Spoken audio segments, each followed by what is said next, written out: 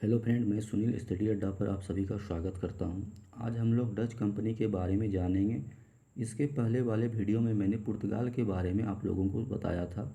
तो चलिए आज हम लोग डच के बारे में सभी महत्वपूर्ण प्रश्नों को देखते हैं। और यदि आप लोगों ने मेरे इस चैनल को सब्सक्राइब नहीं किया है तो जल्दी से सब्सक्राइब कीजिए और बेल बटन को दबाइए, जिससे कि आपको मेरे द्वारा अपलोड सभी वीडियो का नोटिफिकेशन प्राप्त हो जाएगा। और मेरे वीडियो को लाइक कीजिए और अपने ग्रुप में शेयर कीजिए। तो चलिए शुरू करते हैं आज के पहले प्रश्न से। आज का पहला प्रश्न है, डच भारत कब आया था? Option A 1496, option B 1506, option C 1586 में, ऑप्शन डी 1596 में। पुर्तगालियों के पश्चात डच भारत आए थे। डच नीदरलैंड हॉलैंड के मूल निवासी थे। प्रथम डच यात्री कॉर्नेलियन हाउटमैन 1596 ईस्वी में भारत के पूर्व में स्थित सुमात्रा पहुंचा था।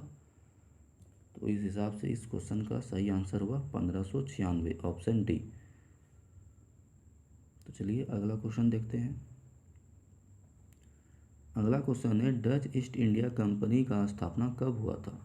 Option A 1596, option B 1602, option C 1606, option D 1612।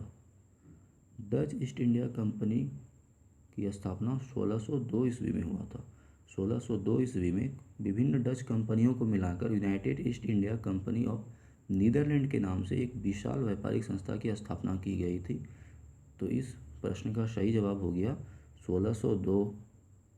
1602 में डच ईस्ट इंडिया कंपनी का स्थापना हुआ था। तो चलिए अगला क्वेश्चन देखते हैं।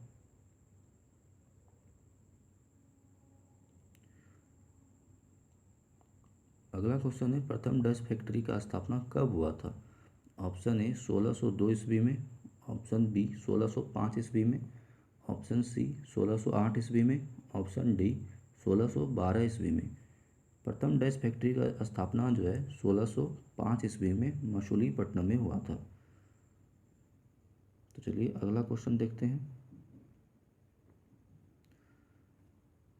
डचों ने अपना पहला फैक्ट्री कहाँ खोला था? Option A Pulicat, option B Cochin, option C Masulipatnam, option D Vimlipatnam. डचों ने अपना पहला फैक्ट्री जो है वो मसूलीपट्टनम में 1605 में खोला था। यहाँ पे कंफ्यूज नहीं कीजिएगा, क्योंकि 1602 ईस्वी में जो है वो डच ईस्ट इंडिया कंपनी की स्थापना हुई थी। और इस क्वेश्चन में पूछा जा रहा है कि डचों ने अपना पहला फैक्ट्री कहाँ खोला था, जिसका आंसर होगा 1605 में मसूलीपट्टनम में। तो चलिए अगला क्वेश्चन देखते हैं। पुलिकट में डचों ने अपनी दूसरी फैक्ट्री किस वर्ष स्थापित किया था? ऑप्शन ए 1608 ईस्वी में, ऑप्शन बी 1609 ईस्वी में, ऑप्शन सी 1610 ईस्वी में, ऑप्शन डी 1611 ईस्वी में। पुलिकट में डचों ने अपनी दूसरी फैक्ट्री जो है वो 1610 में स्थापित किया था। 1610 ईस्वी में डचों ने चंद्रगिरी के राजा के साथ समझौता करके पुलिकट में एक अन्य फैक्ट्री का स्थापना किया तथा इसे अपना मुख्यालय बनाया था। तो इसका ऑप्शन हो गया ऑप्शन सी 1610। तो चलिए अगला क्वेश्चन देखते हैं। डचों ने किस वर्ष जकार्ता को जीतकर इसके खंडरों पर बैटेविया नामक नगर बसाया था? Option A 1609, option B 1615, option C 1619 में, ऑप्शन डी 1622 में। डचों ने जकार्ता को जीतकर 1619 ईस्वी में इसके खंडरों पर बैटेविया नामक नगर बसाया था। 1619 ईस्वी में, ऑप्शन सी इसका सही जवाब हो गया। चलिए अगला क्वेश्चन देखते हैं। डचों ने विमलीपट्टनम में किस वर्ष अपना फैक्ट्री स्थापित किया था? ऑप्शन ए 1614 ईस्वी में, ऑप्शन बी 1624 ईस्वी में, ऑप्शन सी 1638 ईस्वी में, ऑप्शन डी 1641 ईस्वी में। 1641 ईस्वी में विमलीपट्टनम में डचों ने अपना फैक्ट्री स्थापित किया था। तो इसका आंसर हो गया ऑप्शन डी 1641। तो चलिए अगला क्वेश्चन देखते हैं। 1627 में बंगाल में प्रथम डच फैक्ट्री की स्थापना कौन से स्थान पर की गई थी? Option A Sutanuti, option B Govindpur, option C Hooghly, option D Pipli. इसका सही आंसर है पिपली। ऑप्शन डी इसका सही जवाब है। यहाँ पे कंफ्यूज नहीं कीजिएगा, क्योंकि यहाँ पे जो पूछा जा रहा है वो है कि 1627 ईस्वी में बंगाल के बारे में पूछ रहा है कि 1627 ईस्वी में बंगाल में प्रथम डच फैक्ट्री की स्थापना कौन से स्थान पर की गई थी। ये बंगाल के बारे में पूछा जा रहा है। तो बंगाल में एक जगह है जिसका नाम था पिपली, यहीं पे जो है बंगाल में 1627 में प्रथम डच फैक्ट्री की स्थापना की गई थी। तो चलिए अगला सवाल देखते हैं। डचों ने कासिम बाजार, बालासोर, पटना और नागपट्टनम में किस वर्ष अपना फैक्ट्री स्थापित किया था? 1628 में, ऑप्शन बी 1642 में, ऑप्शन सी 1658 में, ऑप्शन डी 1662 में। 1658 ईस्वी में डचों ने कासिम बाजार, बालासोर, पटना और नागपट्टनम में अपनी फैक्ट्री स्थापित की थी। तो इसका आंसर हो गया ऑप्शन सी 1658। 1658 में डचों ने कासिम बाजार, बालासोर, पटना और नागपट्टनम में अपनी फैक्ट्री स्थापित की थी। तो चलिए अगला क्वेश्चन देखते हैं। 1664 ईस्वी में औरंगजेब ने डचों को 3.5% वार्षिक चुंगी पर किस स्थान पर व्यापार करने का अधिकार दे दिया था? Option A Bengal, option B Bihar, option C Orissa, option D इनमें से सभी। तो 1664 ईस्वी में औरंगजेब ने डचों को 3.5% वार्षिक चुंगी पर बंगाल, बिहार और उड़ीसा में व्यापार करने का अधिकार दे दिया था। तो इसका सही आंसर हो गया ऑप्शन डी इनमें से सभी। तो चलिए अगला क्वेश्चन को देखते हैं। 1690 में डच गवर्नर का मुख्यालय पुलिकट से कहाँ स्थानांतरित किया गया था?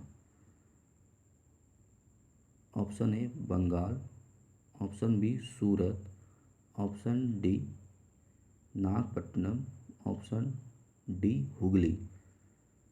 1690 में पुलिकट के स्थान पर नागपट्टनम को डच गवर्नर का मुख्यालय बनाया गया।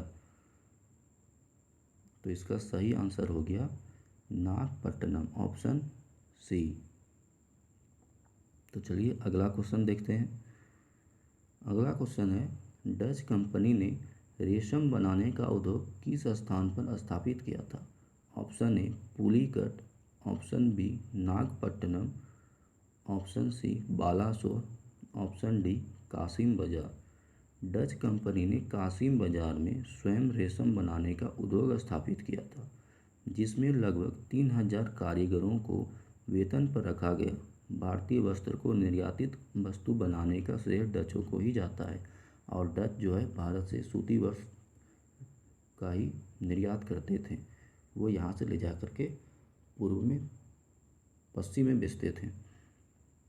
तो इस हिसाब से इसका आंसर हो गया ऑप्शन डी कासिम बाजार। कासिम बाजार में ही डच कंपनी ने रेशम बनाने का उद्योग स्थापित किया था, और यहाँ से वो रेशम से बने कपड़ों का, सूती वस्त्र का निर्यात करते थे, यहाँ से बाहर लेके जाते थे और अपने देश में बेचते थे, पश्चिम के देश में बेचते थे। तो चलिए अगला क्वेश्चन देखते हैं। अगला क्वेश्चन है, अंग्रेज और डचों के बीच बेदरा का युद्ध किस वर्ष हुआ था? Option A 1648, option B 1659, option C 1734, option D 1759। 1759 ईस्वी में अंग्रेजों के साथ बेदरा का युद्ध हुआ था, जिसमें कि डच जो है वो पराजित हो गए थे। बेदरा जो है ये बंगाल में पड़ता है। बेदरा बंगाल में एक जगह का नाम है, बंगाल में। इस पराजय ने भारत से डच की शक्ति समाप्त कर दी? तो इसका आंसर हो गया 1759, ऑप्शन डी। 1759 में अंग्रेज और डचों के बीच जो युद्ध हुआ था उसे बेदरा का युद्ध कहा जाता है। इस युद्ध में डच जो है वो पराजित हो गए थे। इस पराजय ने भारत से उनकी शक्ति समाप्त कर दी। तो चलिए, आज के लिए इतना ही। डच से संबंधित जितने भी महत्वपूर्ण प्रश्न थे उन सभी प्रश्नों को मैंने इस वीडियो में बताया है, जो कि एग्ज़ाम पॉइंट ऑफ व्यू से बहुत ही महत्वपूर्ण है। तो मिलते हैं अगले वीडियो में एक नए विषय के साथ।